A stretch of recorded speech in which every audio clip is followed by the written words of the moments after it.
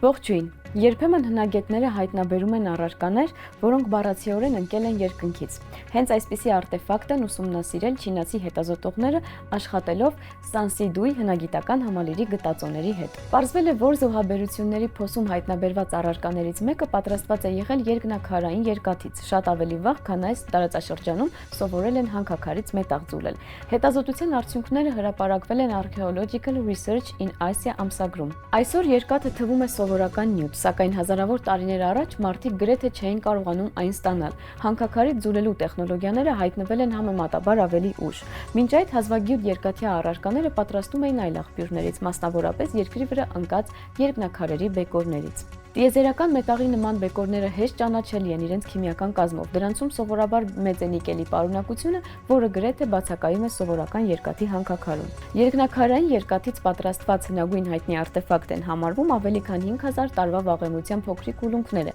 որոնք հայտնաբերվել են նախադինաստիական ժամանակաշրջանի հին եգիպտական դամբարաններում։ Փոքր-ինչ ավելի ուշ ժամանակաշրջանի առարկաներ հայտնաբերվել են նաև Եվրասիայում, օրինակ Յամնայա մշակույթի գործիքները, դանակ, դուր եւ ուրակ ռանդա։ Բոլորն էլ պատրաստված են եղել երկնաքարային ծագման երկաթից։ Այժմ այս գտածոներին է ավելացել եւս մի օրինակ Արևելյան Ասիայից։ Չինաստանի Սիչուան նահանգում Յանցզի գետի վերին հոսանքում գտնվող Սանսիդուի համալիրը հնագետներն ուսումնասիրում են արդեն գրեթե 1 դար։ Այն հայտնաբերվել է դեռ 1931 թվականին։ Ենթադրվում է, որ այստեղ էլ տեղակայված է եղել հնագույն Շու պետության մայրաքաղաքը, որը հայտնի ավելի ուշ շրջանի գրավոր աղբյուրներից։ Հուշարձանին հատուկ ճանաչում են բերել անսովոր զոհաբերությունների փոսերը, որոնցում հայտնաբերվել են նեֆրիտից, ոսկուց, բրոնզից, փղոսկրից եւ այլ նյութերից պատրաստված իրեր։ Դրանցից շատերն աչքի են ընկնում ոչ միայն պատմական արժեքով, այլև բարդ գեղարվեստական մշակմամբ։ Նոր արտեֆակտներից մեկը հայտնաբերվել է զոհաբերությունների թիվ 7 փոսում, որը պեղվել է համեմատաբար վերջերս։ Գտածոյի ուսումնասիրությամբ զբաղվել է Սիչուանի մշակութային մասունքների եւ հնագիտության ինստիտուտի գիտնականների խումբը։ Արտեֆակտը վատ է պահպանվել, ուստի դրա նշանակությունը հասկանալը բարդ է։ Իր ձևով այն կացին է հիշեցնում։ Առարկա երկարությունը մոտ 20 սանտիմետր է, լայնությունը 5-ից 8 սանտիմետր։ Փխրունության պատճառով գտածոն հողեցանել են շրջակա հողաշերտի հետ միասին եւ աստիճանաբար մաքրել արդեն լաբորատորիայում։ Ապա հետազոտողներն անցել են նյութի քիմիական վերլուծությանը։ Նրանք օգտագործել են ռենտգենաֆլուորեսցենտ սպեկտրոսկոպիա եւ այլ մեթոդներ, որոնք թույլ են տալիս որոշել մետաղի քիմիական կազմը։ Արդյունքն անսպասելի էր, բացի երկաթից նմուշում հայտնաբերվել է գրեթե 20% նիկել, իսկ նիկելի նման պարունակությունը երկնաքարային երկաթին բնորոշ հատկանիշ է։ Դա թույլ է տվել գիտնականներին եզրակացնել, որ արտեֆակտը պատրաստվել է երկնաքարի բեկորից։ Ընդ որում դա տեղի է ունեցել մեր թվարկությունից առաջ մոտավորապես 1200 եւ 1000 թվականների միջև, շատ ավելի վաղ, քան այս տարածաշրջանում կտարածվեին հանքաքարից երկաթի ձուլման տեխնոլոգիաները։ Ըստ հետազոտության հեղինակների, սա երկնաքարային երկաթից պատրաստված հնագույն առարկան է, որը հայտնաբերվել է ժամանակակից Չինաստանի հարավ-արևմուտքում։ Հետաքրքիր է, որ նմանատիպ, սակայն ել ավելի հին արտեֆակտ նախկինում հայտնաբերվել էր նաև Չինաստանի մեկ այլ հատվածում, Սինսիանի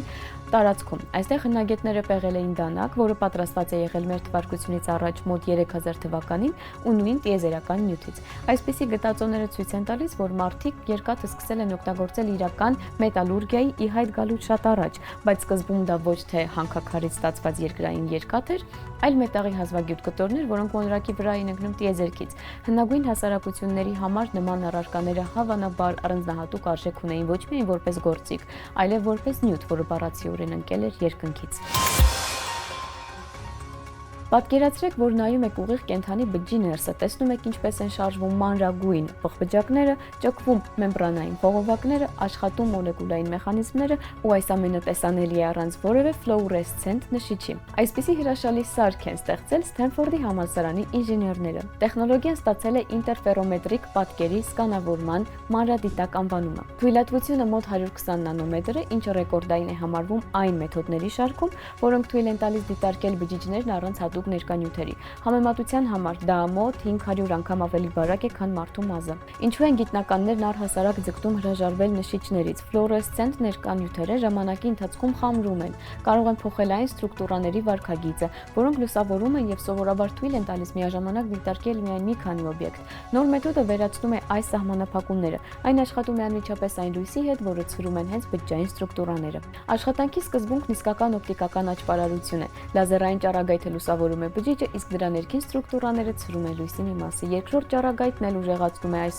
թույլ ազդանշանը ինտերֆերենցիայի լուսային ալիքների վերադրման շնորհիվ։ Այնուհետև հատուկ մատրիցային դետեկտորը հավաքում է բջջի նույն հատվածի տասնյակ եւ հարյուրավոր տեսանկյուններից ստացված պատկեր։ Դա նման է բինոկուլյար տեսողությանը, միայն թե երկու աչքի փոխարեն աշխատում են հարյուրավոր փոքրագույն դիտորդներ։ Ալգորիթմները միավորում են այս տվյալներն ու հավաքում գերհստակ պատկեր, ընդ որում լազերի հզորությունը զգալիորեն ավելի ցածր է, քան բազմաթիվ նմանատիպ տեխնոլոգիաներում, ուստի բջիջներն ավելի քիչ վնասվածքներ են ստանում ու նրանց կյանքին կարելի է ավելի երկար հետևել։ Սարքն արդեն փորձարկում է մի քանի գիտական նախագծերում։ Դրա օգնությամբ ուսումնասիրում են բուսական բջիջների փոխազդեցությունը սնկերի հետ, հետևում են, թե ինչպես են բջիջները կլանում հակաքաղցկեղային դեղամիջոցներն ու դիտարկում են էրիթրոցիտների փոփոխությունները մալարիայի ժամանակ։ Փաստացի, նոր համակարգը թույլ է տալիս գրեթե ուղղակի տեսնել բջջի կյանքի դինամիկան առանց ներկա նյութերի, որոնք նախկինում ծառայում էին որպես միակ լապտերիկ այս միկրոսկոպիկ աշխարհում։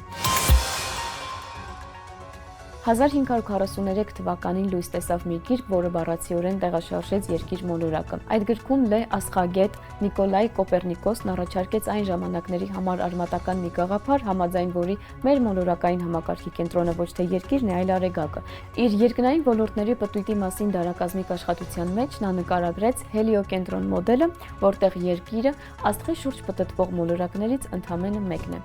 16-րդ դարի համար սա իսկական հեղաշրջում էր։ Հազարամյակների ընթացքում համարվում էր, որ երկիրն անշարժ է եւ գտնվում է տիեզերքի կենտրոնում։ Կոպեռնիկոսը զգուշորեն, մաթեմատիկորեն եւ առանց աղմկոտ հայտարարությունների ցույց տվեց. երկնային մարմինների դիտարկումները շատ ավելի հեշտ է բացատրել, եթե փոխվի հաշվարկման կետը։ Հենց այս գաղափարից սկսվեց գիտական հեղափոխությունը աստղագիտության մեջ։ Ավելի ուշ այն զարգացրին Յոհան Կեպլերն ու Գալիլեո Գալիլեյը։ Իսկ եւս մի քանի տասնամյակ անց այն դարձավ արեգակնային համակարգի ժամանակակից պատկերի հիմքը։ Իսկ այսօրվա համար այսքանը, կհանդիպենք։